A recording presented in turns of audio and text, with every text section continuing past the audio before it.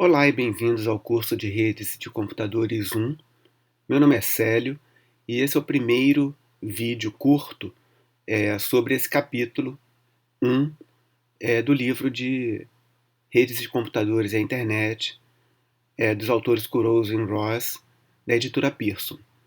Eu recomendo que vocês vejam os slides e leiam o capítulo do livro com cuidado e assistam esse vídeo como uma forma complementar de rever parte do conteúdo que está descrito em mais detalhes no livro. Então é importante que vocês leiam o livro e vejam os slides com detalhes, além de assistir ao vídeo. Eu vou preparar um conjunto de 24 vídeos curtos para esse livro, para esse curso.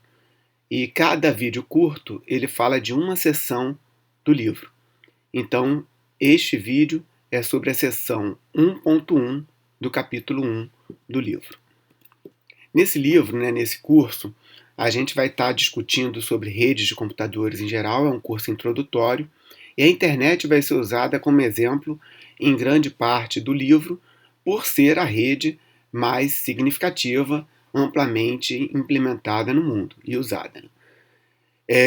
Então a gente vai ver o que é a internet, o que são protocolos de comunicação, e ao longo do capítulo 1 vamos falar de outros conteúdos, como os elementos que estão na borda e no núcleo da rede, questões de desempenho, segurança, a organização da rede de computadores em camadas e finalizando o capítulo com um breve histórico. Nesta seção 1.1, a gente vai discutir um pouco sobre o que é a internet, a visão dela em termos de dispositivos, protocolos, serviços. De forma bem básica, né? A internet conecta bilhões de dispositivos de computação, dispositivos computacionais que são capazes de gerar e consumir dados. Esses dispositivos eles rodam aplicações.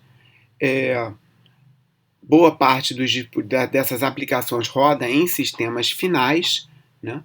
Quando a gente está aqui falando de computadores, servidores, laptop sem fio, celular e outros dispositivos atualmente que são capazes de gerar e consumir dados, em especial quando a gente hoje vive num mundo de internet das coisas, onde as coisas são instrumentadas com rádios e esses rádios são capazes então de transmitir dados usando a internet.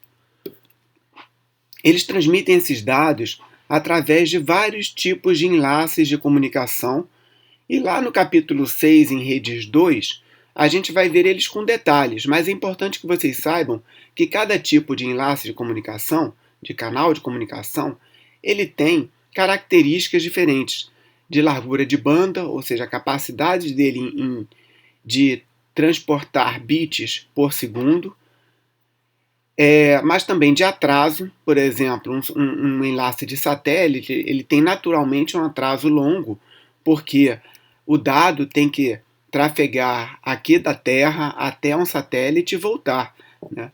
E isso envolve um atraso de propagação bem longo, né? Outras características são a questão de perdas no canal. Então, canais de cobre ou de rádio, eles estão mais sujeitos à interferência e a perdas do que um canal de fibra ótica, por exemplo.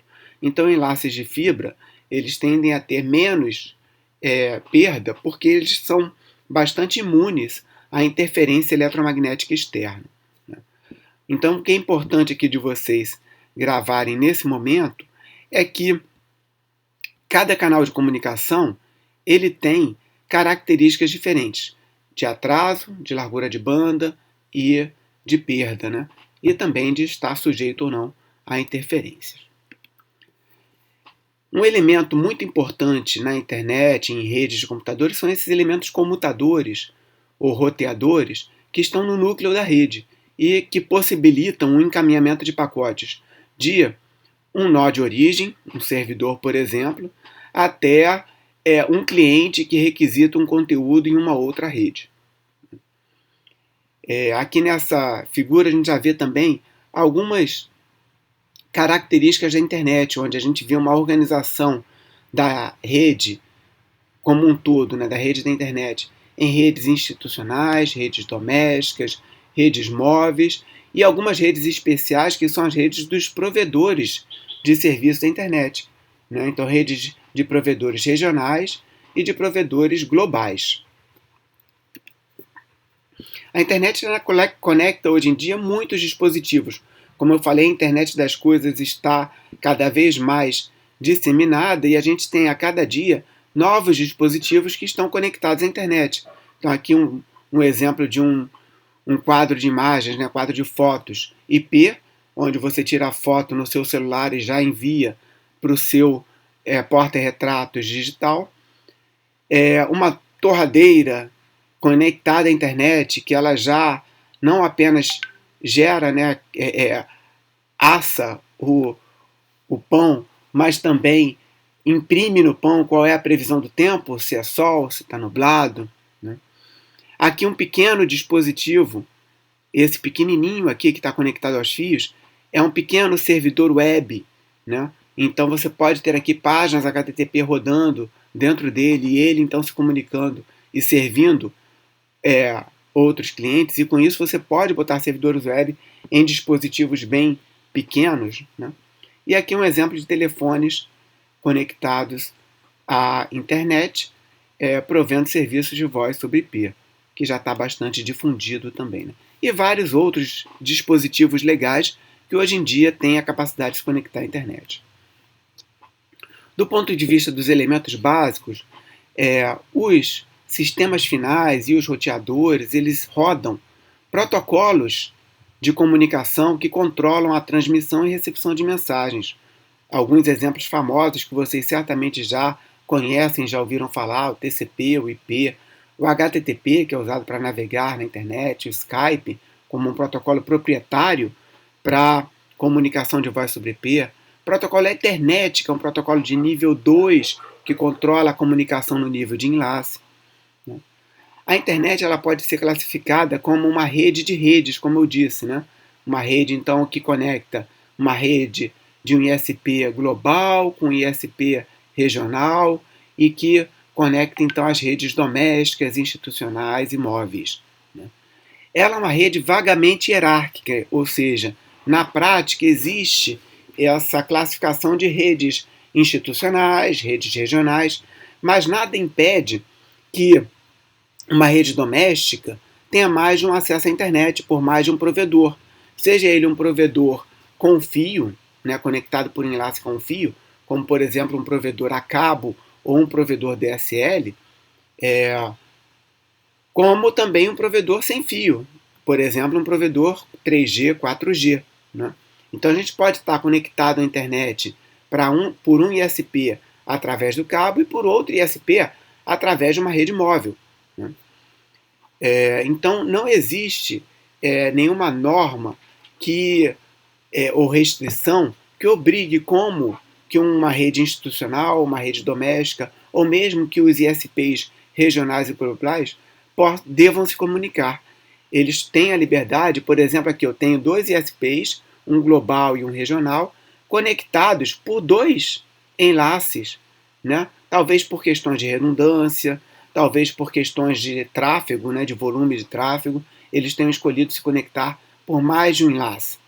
Então, a hierarquia de conexão dessas múltiplas redes que fazem a internet ser uma rede de redes, ela é vagamente hierárquica porque, na prática, por conta do modelo de negócios, algumas empresas se especializaram em serem provedores de acesso à internet regionais, outras provedores globais e outras que fornecem o acesso institucional e o acesso doméstico, né? Na internet, apesar de não existir uma hierarquia padronizada, existem sim vários padrões que são definidos nos protocolos das camadas 3 e superiores, e a gente já vai ver as camadas nas próximas sessões do capítulo 1, mas na camada de rede, transporte e aplicação, são padronizados pelo IETF, que é um órgão que regula então e que normatiza esses protocolos de comunicação que são padronizados em documentos chamados de RF6. E as RFCs, então, definem os protocolos de cada protocolo de comunicação, IP, TCP, HTTP, cada um desses tem uma RFC diferente, que ela então é produzida por esse órgão chamado IETF, o Internet Engineering Task Force. Para protocolos de camada mais baixas, como o Ethernet, o protocolo é definido por uma outra entidade chamada I3E, que então também define normas, como no caso do Ethernet, é o padrão I3E 802.3. No caso do Wi-Fi, que a gente usa bastante, é o I3E 802.11. Como uma visão de serviços, a internet ela provê uma infraestrutura de comunicação que possibilita várias aplicações distribuídas com várias características diferentes. Então, aplicações de navegação web, voz sobre IP, e-mail, jogos e várias outras. Mas, em termos de serviços, a internet só provê dois tipos de serviço. Um serviço baseado no TCP, que é o de entrega de dados confiável, da origem até o destino, e um outro serviço que é baseado no UDP, que é um serviço de entrega de dados de melhor esforço, não confiável. E a gente vai ver mais à frente que algumas aplicações preferem usar o TCP, que é um serviço confiável, e outras preferem usar o UDP, que é um serviço de melhor esforço, não confiável. O que são protocolos de comunicação, né? De uma forma análoga, a gente usa protocolos de comunicação no nosso dia a dia, quando a gente faz perguntas e respostas, se apresenta e espera uma apresentação. Então, em redes de computadores, os protocolos definem o formato, a ordem das mensagens que são enviadas e que devem ser recebidas entre as entidades de rede, servidores, clientes, roteadores, e o protocolo também define as ações que devem ser tomadas quando se recebe uma mensagem e ao transmitir-se uma nova mensagem. Os protocolos são padronizados, então, e aqui um exemplo de protocolo de comunicação que a gente usa na internet, que é uma analogia a um protocolo humano, né? Quando aqui duas pessoas se encontram, elas se apresentam, fazem uma pergunta, recebem uma resposta. De forma semelhante, um cliente, quando ele vai falar com um servidor na internet, ele se apresenta, solicita o estabelecimento de uma conexão TCP, recebe a resposta da conexão, solicita um determinado objeto, aqui usando o protocolo HTTP, e recebe de volta aquele objeto como resposta à sua solicitação. Bom, aqui a gente termina a seção 1.1 e no próximo vídeo continuaremos o nosso curso na seção 1.2.